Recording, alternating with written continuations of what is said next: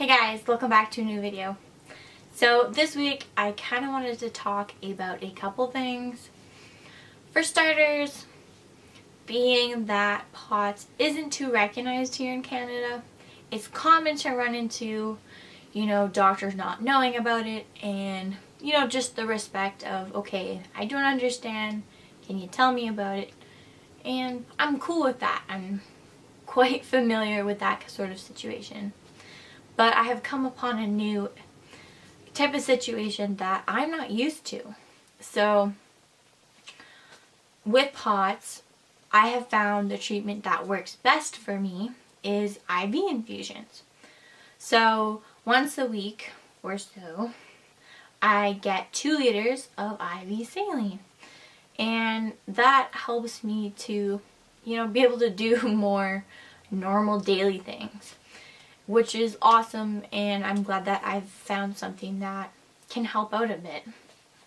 Of course, it's not like the magic thing, but it does help, so I can't complain.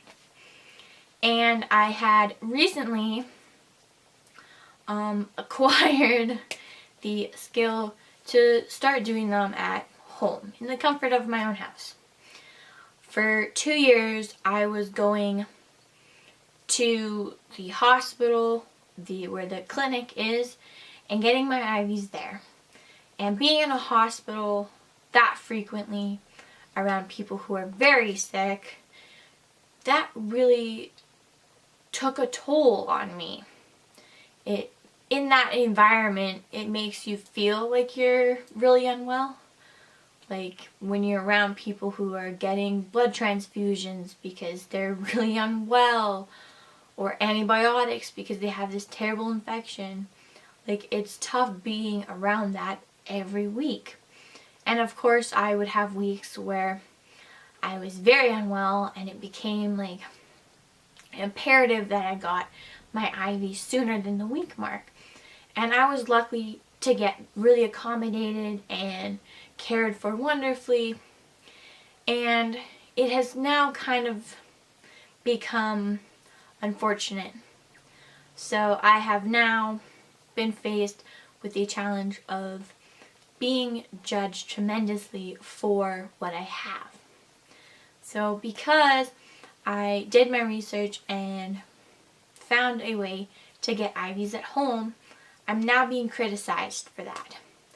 Now, I really pondered talking about this and posting this video because, of course, it's a topic that is kind of touchy, and I am talking about, a hospital that has done this, and I definitely don't want to, I don't want to talk bad about it. I just want to talk about the situation in hand. The hospital is great, of course, and I've never had any problems. It's just that this one situation has arisen.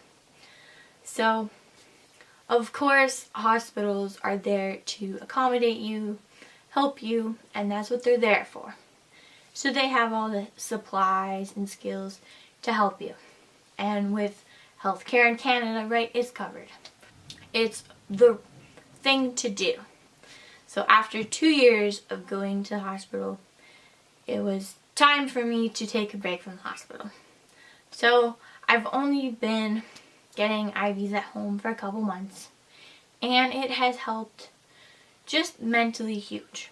I feel like I can do more.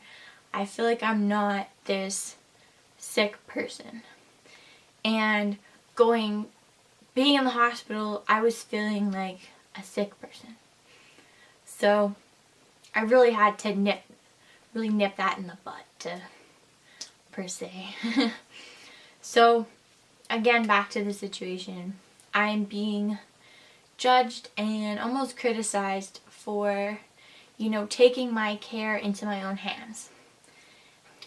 I really wanted to raise awareness to the fact that you yourself are your best advocate, and you are the person that decides what is the best care for yourself, because you know yourself the best. And I have been filled with so much emotion over this, just unfortunate situation that I had to make a video and I had to talk about it. It's not fair that when you kind of take your own path in your treatment. And I guess it's not very common because, of course, I am being questioned as to why I decided to take my care into my own hands. And I don't think that should be a bad thing. I think that should be a wonderful thing. That in today's world, we have the resources to take care of ourselves. To say, hey, I'm not an unwell person. I don't need extensive monitoring. So why am I going to a hospital when there's other people that need to be there more than me? So that's what I decided to do. And being criticized for making this decision has really affected me. I don't know what is wrong or incorrect or, almost like rogue of me to do this. And I really wanted to put this out there to see, do other people experience this? Hey guys, sorry, I had to switch out the memory card, it got full.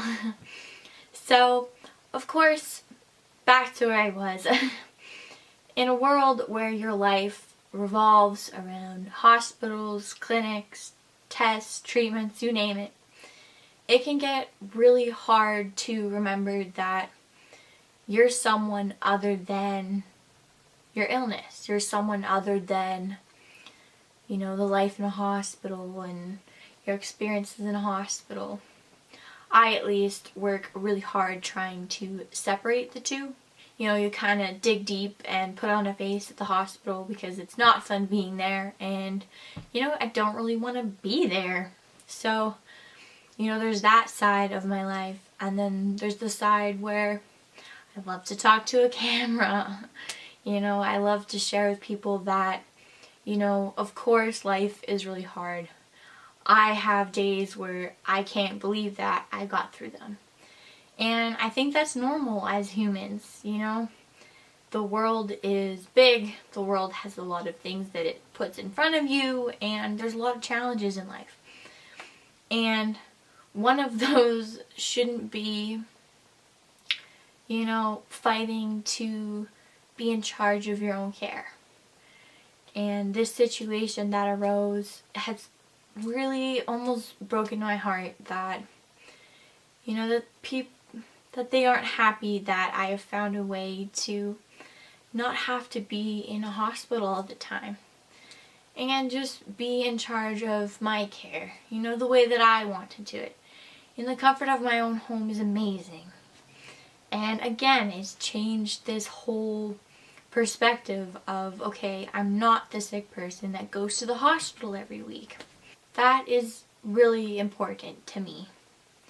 I, of course, hope that there aren't tons of stories that are similar where people try to take charge of their own care, be their own advocate, When a chronic illness is medications, treatments, doctors, all the time. You're always faced with that load, and you really have to find your voice. Your thoughts are important. Your opinion is important. And how you feel is important. And, at a hospital, I just wasn't feeling good. I wasn't feeling like this was healthy for my brain, my mind to be there all the time. It's hard. It's hard, this life that I'm given. Of course, many others are given a very hard life that unfortunately revolves around treatment and hospitals.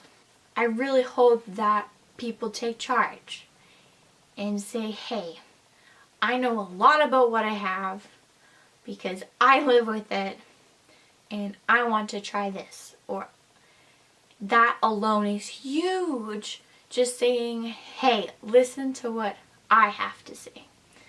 I've found in this situation that why why am I criticized for having my own voice, my own opinion of what I want to do, and not just putting other experiences that they had on me, you know? If this happened with this person, what if this happens to you? And what if you do this to us? And that's just not fair. It has been bothering me for days, and I'm glad I finally talked about it.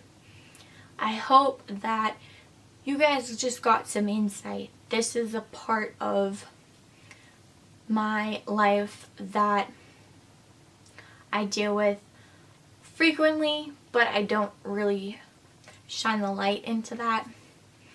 Even when it comes to the dentist, you know? They don't know what I have, and they don't always know what is best for my situation. I can't lay back in a dentist chair. You can't put me upside down in a dentist chair. And things like that, where you have to stop and say, hey, you can't do this. You have to do this because this will help me. I'm slowly learning that the bigger the voice you have, it can really be a good thing. If you use your voice for good things, it's a wonderful thing. Thank you so much for watching this video. I also wanted to throw in a little tidbit that I got from Dr. Grubb when I saw him. I learned that from, child to the age of 25, your brain is always changing. The chemistry is always changing. And because of that, medications which might have worked when you were 15 might no longer work when you're 18. And that really was a cool insight to me. So instead of, being heartbroken and frustrated as to why this medication that did work no longer works, I now know that I can stop and say, hey, okay, things have changed. Let's reassess and see what other things we can try. And that's currently what I'm doing. I had a medication that totally changed a lot of things for the great, and it worked for a while, and then it stopped working. And I was absolutely crushed, and I didn't know what to do, because if that didn't work, nothing would work, of course. But now, I have officially started. Today is day 1 of my new medication, and I'm hoping for the best, but of course, taking it day by day. So again, thank you for watching. Please like, please share this video. I hope everyone is well, and have a great day, have a great week, and hopefully post a new video soon. Bye.